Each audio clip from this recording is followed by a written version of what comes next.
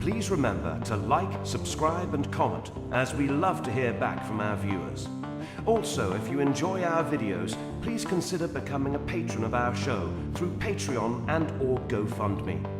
Links are listed below the video in the description.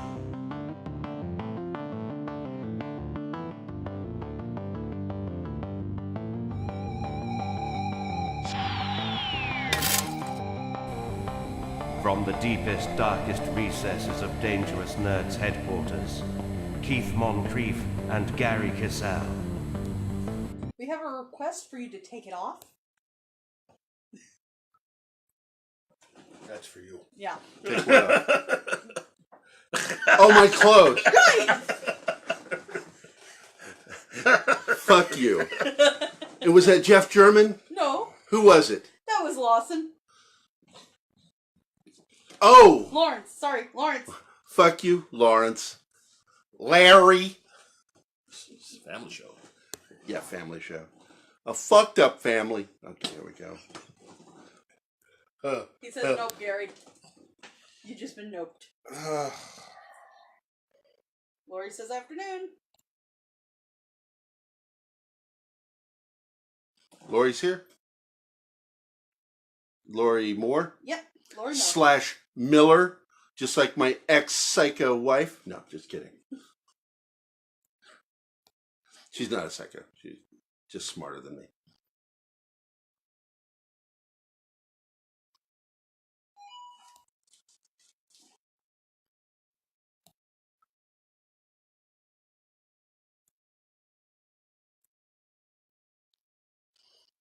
There's a lot of people. That's a good thing. Yeah, but I don't know who's online. Last time it showed me who was online, so I can invite them. Okay, Gary. Request. Invite your friends, Lori. Ba-ga-ga-ba. So okay, you're not this allowed dark to area slash. here is a black man. Let's get some light over here on him. Hello. Wow. I hope they don't have a riot up in St. Louis. They just announced that Jason Momoa is not going to be there today. He'll be there tomorrow. Susan, Hey, Susan. All right, so Hi, Susan. we got 4 people watching. Invite some more people. Walkable. You and your friends. Invite them. Greetings. This is Miss Moneypenny. Of course, my name is Bond. James Bond. Got to do duck lips when you do Sean Connery. Of course. Boom. He's a little bit rock and roll. I'm a little bit funk. There you go. Funk roll. What's up, Brian? Hey, look on the wall right there. Brian Ray. That's your Space 1999 Eagle. Yay. Yay! Yay. Yay! Yeah, it is a nice eagle. Nah. It's Lawrence. Lawrence. Yeah. Lawrence of Arabia. I'm almost annoyed by this because you're such a dark black man that I have to like overlight you and it makes me look so white. Well, I have something to tell you.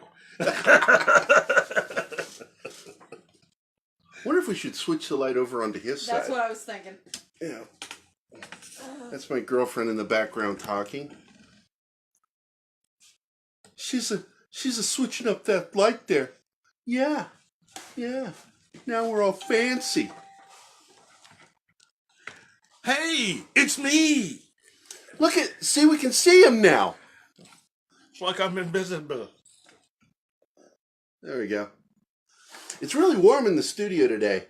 I think my housemates have turned up the heat. Because we have both windows open.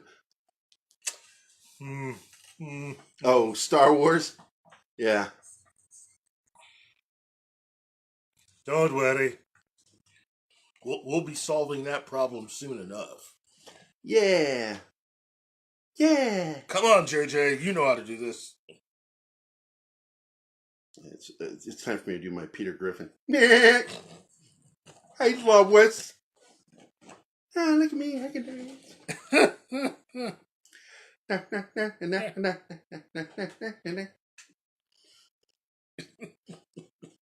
Hey, Lynn. Howdy, howdy. Waving. Justin, what's up, man?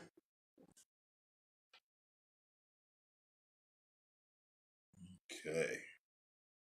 So, Shazam's at number 16. Wow, it's kicking butt. $67 million since Thursday. Worldwide. That's pretty good. So, everybody, we're doing our first live casting from my page instead of YouTube because we have some viewership over on YouTube, but not very much, to be honest. Whereas I got a bunch of you weird, really cool people I know that are on my page that like to read the silly shit that I write. And Keith and I do this show, and we want to build it and have people enjoy it and learn stuff from us, especially this guy, because he knows a lot of crap about film and TV. Yeah, you. Yeah. Sup? Sup? Is that Lore Robeson? Mm-hmm. Hello, Law Robeson. Hello, Sounds Law. very English, doesn't it? Yeah. My name is Law Robeson. I know, Law. Hello, Law. What's up, brother? What's up? Yay. Okay. Yeah. So it's looking like, hey, look, how many of you guys out there have seen Shazam yet? Yeah, we want to know because we've seen it and stuff. Yeah, because we're important and stuff. It's always important in your sentences with and stuff. And stuff. Yeah. You can Just completely throws people like, what the hell are they talking about? What's the and stuff? It's like, it's sort of my version of Seinfeld, yada, yada, yada. Next thing you know, we threw off our clothes, yada, yada, yada. I woke up the next morning. It's like, wait a minute. There's a whole lot of stuff that happened during yada, yada, yada. And stuff. That's a t-shirt. Yeah. Pop culture minefield. And stuff. How many of you guys would buy shirts from us? Because we're going to make up some funny stuff. Like I had one just now I came up with. Because we learned just now that Jason Momoa also plays rock guitar. And I said, I want to make a shirt that says, fuck Jason Momoa. There is a point where you're just too fucking cool. What is that? Look at that. Look at that. It's ridiculous. Is there anything he can't do? Because no other guy's going to get any play at this rate. Ridiculous. Ridiculous. That guy is just way too freaking cool. Alcohol. Throwing axes. Drinks Guinness. Oh.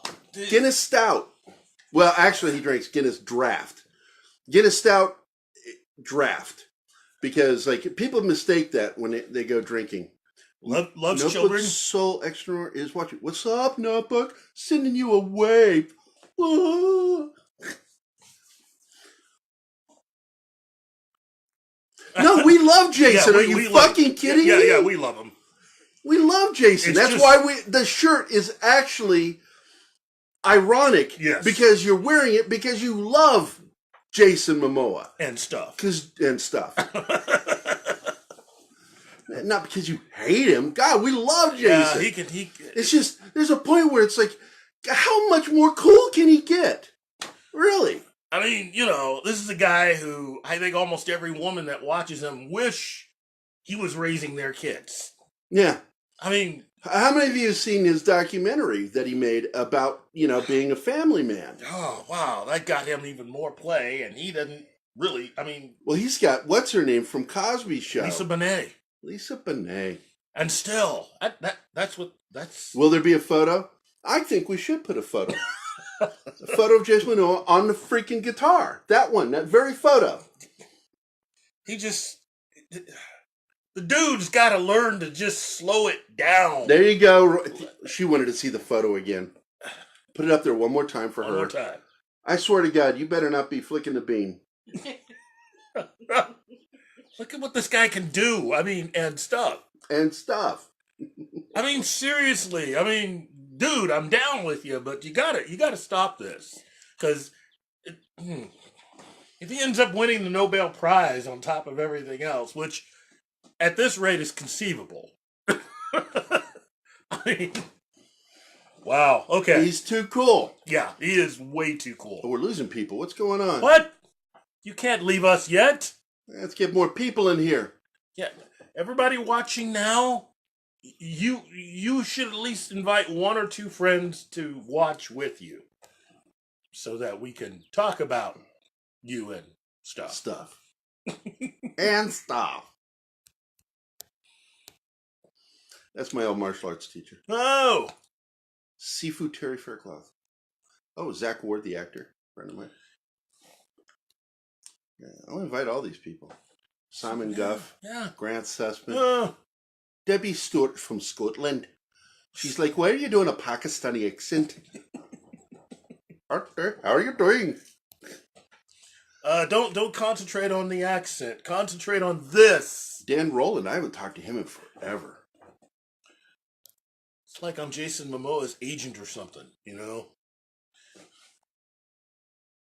Hi, everyone. Well, again, this is Pop Culture Minefield with Keith. And Gary. Woohoo!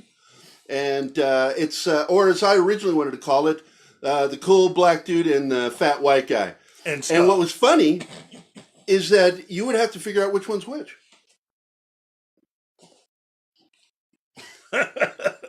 You know, yeah. Y'all messed up. That's just messed up. Y'all saying some messed up stuff. Okay, it's my fault. You can just blame somebody. Blame Keith. That's right. Blame the black man. Every single day. My shoulders are wide enough. I think I can take it. You can take it. You can take it. What's that movie with Travolta? White Man's Burden. Oh yeah, yeah. That was a good movie. That was not great, but it was a good movie. That came out what, 97, 98, something like that. Movies. My phone is still wet. Oh, it's still wet. Okay. So, anybody got any questions? We can go right into the show. Yeah, we can. I think we can talk to you guys about this. We just lost another one. Why are you people leaving? Stay. Have you got something else better to do than to listen to these two idiots? Nobody has that much important stuff to do, not to listen to these two idiots.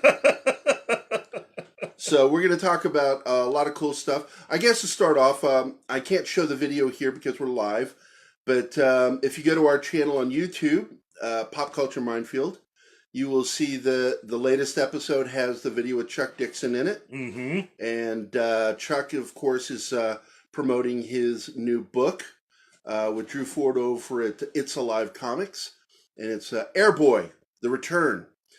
He and Graham are resurrecting old properties that they've always wanted to resurrect, and they're bringing them back. With Graham, this is the last 5 days for his Kickstarter for Return to Monster Island, which is a sequel to Monster Island. Monster Island. Yeah. Come on, Graham. You couldn't come up with a better title than Return? Well, we figured out what the next one's going to be. It's Son of the Return of the Return of Monster Island. Yeah. No, it's good stuff, man. I really love Graham's writing. I love his artwork. He's really one of the best comic artists, Batman artist, one of the top Batman artists. Mm-hmm. One of the few, outside of Kelly Jones, really, that really stands out. And, of course, I'm friends with both of them, so. Hey, Kelly, I know you're not watching, but okay, I'm going to say hi to you anyway, Kelly Jones. Name dropping. We don't do that. No. So, we've got Chuck Dixon's book, and in fact, Drew talked to me. I'm going to be doing one of the trailers for them because of my video editing, and I'm also doing a pinup for Airboy. Yeah. That will be going up on the Indiegogo campaign. So, well, listen, let's just start out with a little bit of not quite breaking news, but it's good. Now, by now, many of you have probably heard the news about James Gunn's The Suicide Squad and the fact that it seems like a lot of what we were told originally is changing as things are going on. Originally, we were under the impression that this was going to be some kind of a reboot. And it's not shaping up to be that way, given some of the moves that have happened. Viola Davis is coming back to play Amanda Waller. Jai Courtney is coming back to play Captain Boomerang. And Margot Robbie is signed up again to come back as Harley Quinn. Now, originally, Idris Elba was signed to replace Will Smith as Deadshot, and now it looks like he won't be doing that. Idris Elba is being cast in a brand new role, one that he wanted apparently. And again, it's I think that that's a good idea because again, as a studio, why would you want to alienate someone who you've had a long history with in Will Smith just to do something? I mean, it took them a while to get him to want to be a part of this project, and now what, you're ready to kick him out the door. I think it works better to have him still a part of this, even though he may not be in this particular film. Now, I personally am hoping that Idris Elba plays Bronze Tiger. I think that's a good role for him, but they're talking about other roles he could play. I just like the fact that we could eventually get Idris Elba and Will Smith on the big screen together in another Suicide Squad film after the upcoming one. So, what do you think? I like that idea. But I also like the fact that he's kind of taken a step forward, the initiative to take a lead control role of controlling the character, so he can help build it. Yeah, and he's looking at his future, not just doing this one movie. He's thinking about the future. Yeah, and that's more power that he would have had, decision-making power and otherwise, had he become Bond. Yeah, we're talking about Idris Elba, for anybody that's joining in, stepping up and asking not to play Deadshot, but play a whole other character that he can help develop and build and possibly do more on. Which should be great. And on top of all that, you have James Gunn writing and directing, which is amazing. That's still no matter how you feel about the stuff he posted, he is really one of the best writer-directors out there. Yeah. For superhero stuff. Yeah. And comedy, to be honest with you. I like his films. He makes me laugh. That's a gung-ho joke from the movie Gung-Ho. A Ron Howard movie that many of you hopefully have seen. I am that character from Dream On. He's like, people say things to me and quotes from movies pop into my head as the response to what people say to me. Yeah, the Brian Benben character. Yeah, the Brian Benben character. Well, the other big news, which isn't really the biggest news, but I mean, I'm happy to hear it, is looking like it's official that Michael Bay will not be back. Yeah, I shared that with you last night, which is, it's a 50-50 good, bad news thing, because, he makes epic pictures. That's what he's good at. Yeah. But to be honest with you, I like his military stuff. That's really what he does best. He's only done one sucky military film, and that was Pearl Harbor. Yeah. And it was awful. It was just, the combat in it, the aerial stuff, all of that was good. Yeah. It was the story that was just awful. It's like you had real people, the real two pilots that flew those P-40s. Yeah. And he chose to make fictional characters. I'm like, oh, that's dumb. And this love triangle thing. So. Yeah. And stuff. And then, the info that came out that they might attempt to make a sequel to The Last Night, which everyone with common sense was asking, why? I mean, you don't need to make a sequel to The Last Night. Last Night made some money, not as much money as all the previous films, but I don't think they need to go there. I mean, you already have Bumblebee, which is done very well. I think that's the direction they should go. But hey, I'm not running things. Yeah, we're just two guys, nerds, Nerdy. talking nerd stuff. Nerding. Because we're nerds. Stupid nerds. And then the other info is... Hey, Kirk, what's up, man? Hey, what's up, Chris? And Chris. I got two Chris's on. Hey, what are the chances of that happening? The redundancy of names. I now officially have 5 friends named Drew. And 4 of them are famous. Lionsgate had an announcement about Rambo 5. And the fact that it's going to go out in a big and truly unexpected way. Which, again, I mean... The most unexpected thing, Arnold Schwarzenegger shows up at the end and just mows everybody, including Rambo, down. Oh, I was just thinking he was just going to flat out just retire and walk off into the sunset. Typical Western ending. And it is a Western. They're making it like a Western. Yeah, that's... Shoot 'em up, bang, bang, Western. That's very Logan of them. Yeah. And then the Beetlejuice sequel being scrapped, which again, I mean... We've expected it because we talked about it not that long ago. It's just like, it's dead. It's just not going to go anywhere. Now they've pretty much formally said, yeah, it's dead in the water. It's not happening. Which sucks because we still got Michael Keaton. He's able to pull off that character. Mm-hmm. And I'd love to see him, well, I'd like to see him as Beetlejuice, but I'd really like to see him do Batman Beyond. I think a lot of us would. I think I would definitely be live action Batman Beyond. That would just be too much fun. That would be way too much fun. And again, if I were Michael Keaton's agent, I would tell him, yeah, do this. That one movie alone would... I mean, seriously, is there anybody watching us right now that wouldn't watch it? And I'm serious. Tell the truth. Look into your heart. If they were to announce that a Batman Beyond movie was on the way... With Michael Keaton as old Bruce Wayne. Yeah, would you not watch that? Yeah. I would. Me too. I mean, that is worth everyone's I'm just saying that to be popular because everybody... What's up, Jason? What's up, Ben? Hey, Kirk.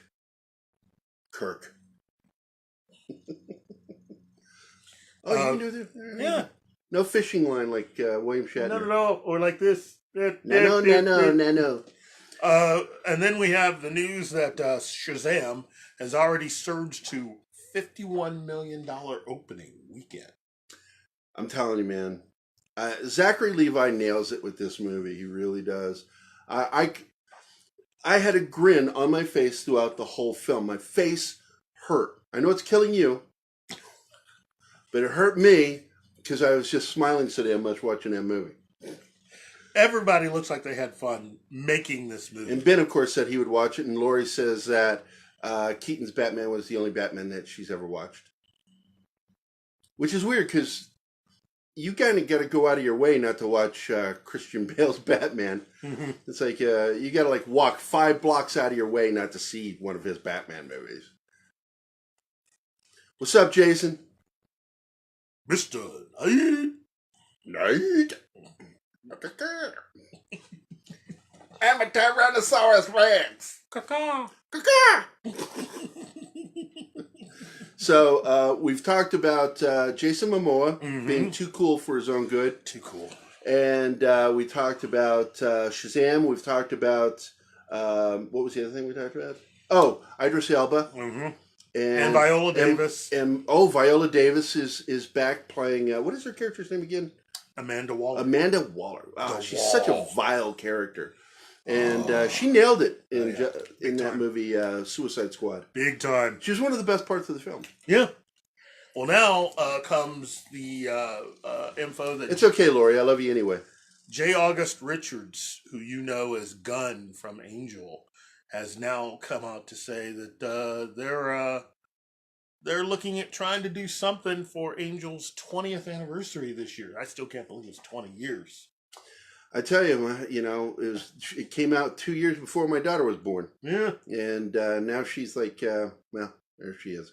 Going on, she's 19 this year. So. Oh man, I'm telling you. Hi, Don. He's saying that there should be something this summer that they're planning on doing, some kind of a cast reunion thing. But now, no real I'm details. hoping it's not just a reunion. I'm hoping that they do something story-wise. I don't know if they're going to have enough time. I sure hope so. I hope they find a way, because I enjoyed that. Yeah, it was a really good show. For me, it was pretty much on par with everything that they ever did with Buffy. And yeah. Just between us, us here. Yeah, nobody's watching. Yeah, it's just you and me talking. I liked it a little bit better mm-hmm. in certain respects. But that, that's neither here nor there. You like Angel better than Buffy? Yeah. Yeah. Mm-hmm. Well, there was such a moving around between the characters all the time with Buffy, mm-hmm. whereas with Angel, you focused on his relationship, his character. Yeah. So you didn't move around. Viola Davis, Jason says, Viola Davis as a mandatory Waller is my favorite DCEU character. Hey! There you go. Because we agreed. She's one of the best parts of that movie. Yeah. Yeah. So, seeing her act opposite Idris Elba is going to be freaking amazing. That's what has me excited. So yeah, and of course we're not going to get to see him as James Bond. It'll never happen. It's just too old. Let's go ahead and discuss that for a little bit. Because the last episode we talked a little bit. Yeah. But this time we're going to talk about it live. Yeah. Which is Idris Elba. A lot of people are like, well, I want this actor and I want that actor. And it's like, you have to take one thing into consideration before you even throw it out there. Are they over 40? Yeah. If they're over 40, they have only a small window to play James Bond. Yeah, because they're both never of us going to do Roger Moore again. Yeah, where he was playing him up into his 70s. Yeah, that was a mistake that even the producers admitted. Broccoli said they should have. They should have never have gone that long, and they're never going to do that again. And the only reason I think they did that was because they couldn't get Pierce Brosnan back in the 80s like they wanted. They had to wait until 95. Yeah.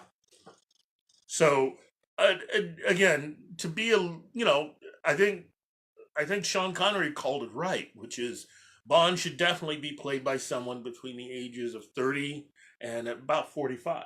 Yeah. If you can have your actor be right in that sweet spot. I think spot. that 35 is the sweet spot to start. Yeah. Because I think 30 is too young. We need someone that's got the maturity of about 35 and then follow them for about 10, 15 years in the role. And then recycle 15 years later. Yeah.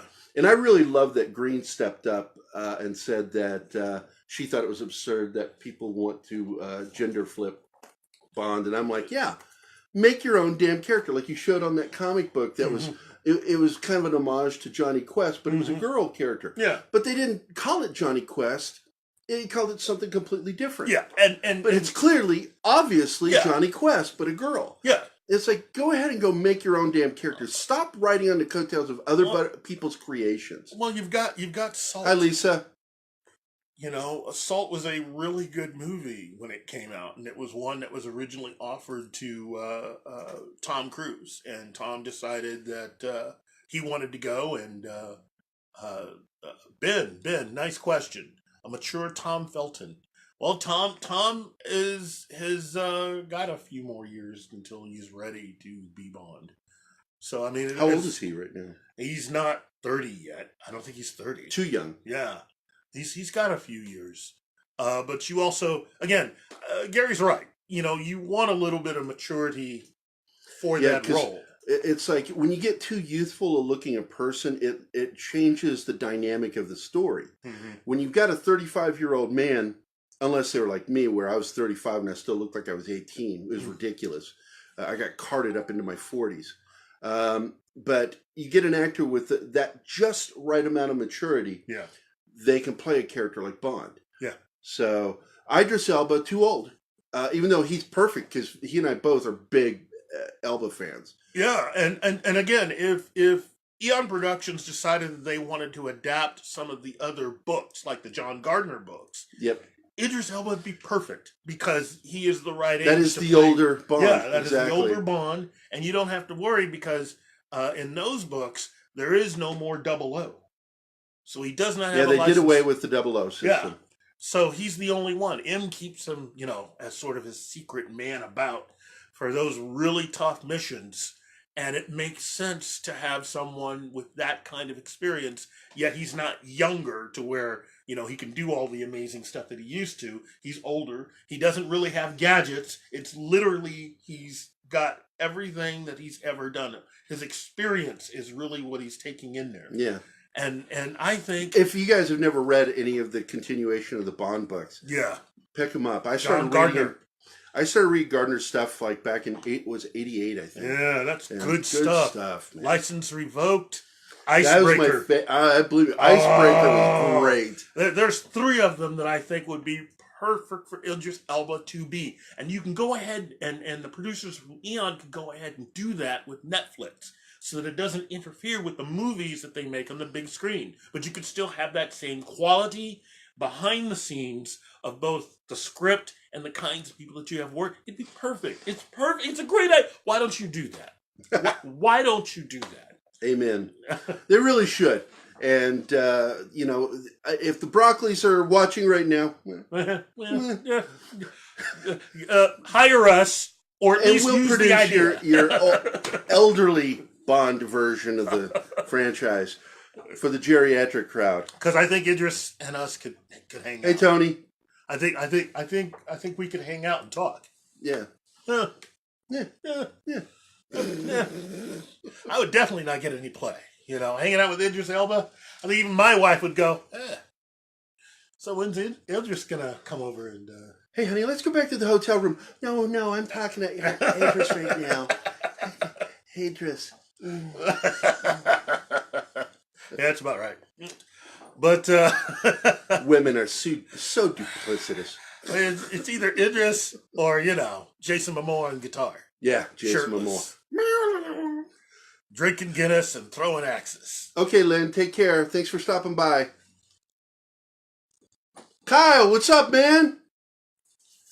Welcome on board. It's Keith and Gary, and we do the Pop Culture Minefield, and we're talking about movies. We've talked about Shazam, James Bond, Suicide Squad, The Return of Angel. The Return of Angel.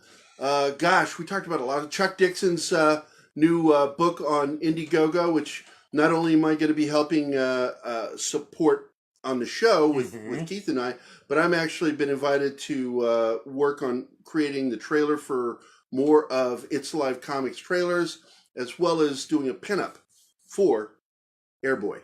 And Airboy, if you're a fan of comics from the 80s, you know that. And that goes all the way back to the 40s, Airboy. Yeah. And Chuck did a series back in the 80s, and this is his sequel to that series from the 80s. Wow. Very exciting.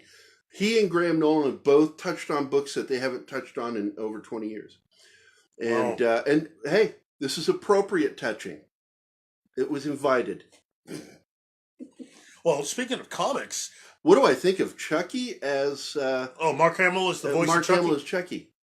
Well, it's really weird, because I just showed him a clip of Mark Hamill on the show Nightfall.